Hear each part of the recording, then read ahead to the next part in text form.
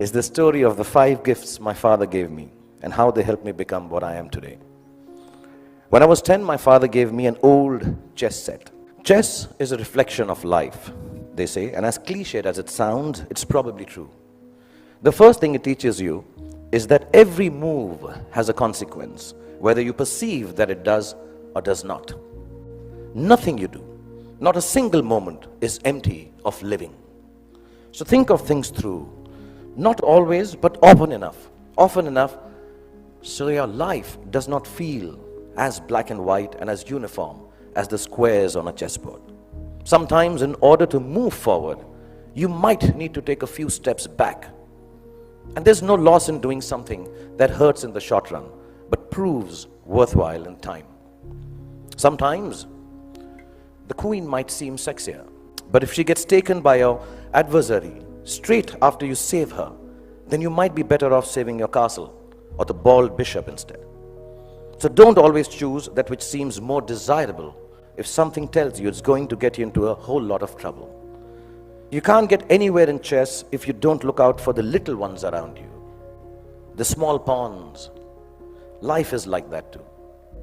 If you forget the smallest of your people or become foolish enough to imagine that the little graces you are given are of no value, you end up nowhere.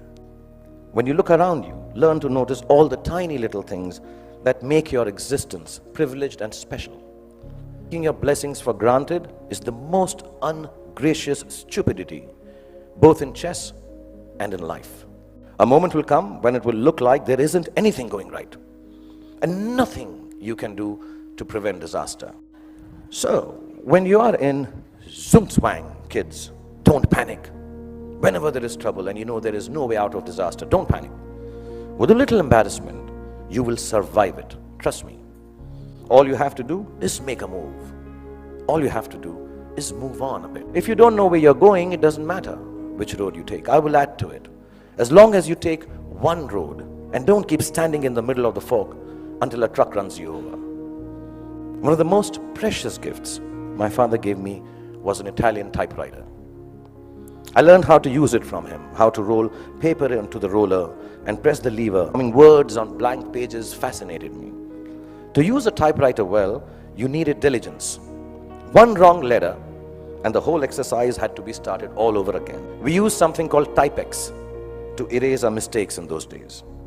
But too much Typex in math classes or in typewriting is unacceptable.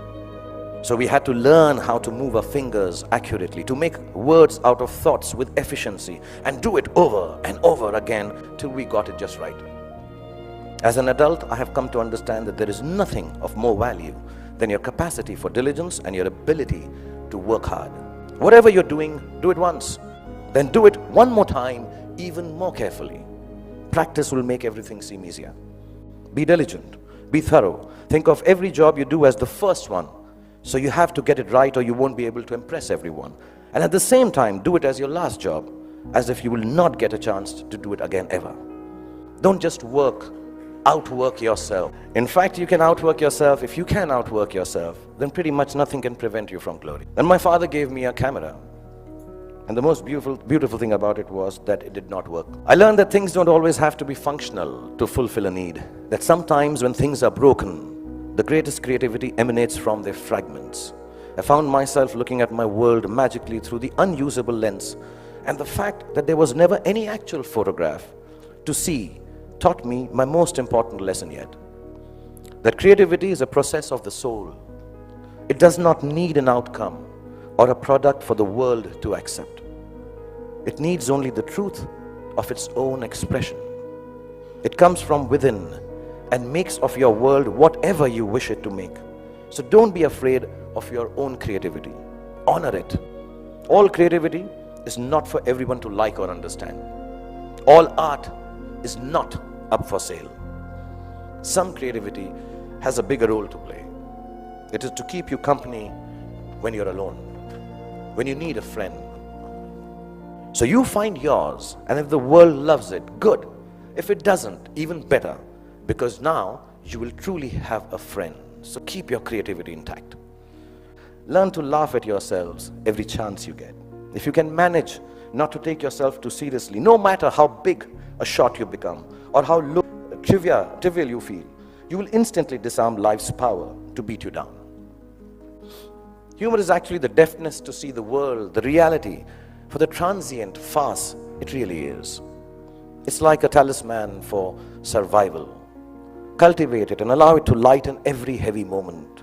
A gift your parents have been given is the gift of life itself. There is nothing that marks a man or a woman out from the ordinary more perfectly than grace. Grace is the consciousness that life is bigger than we are, and therefore our gratitude for it must match its vastness.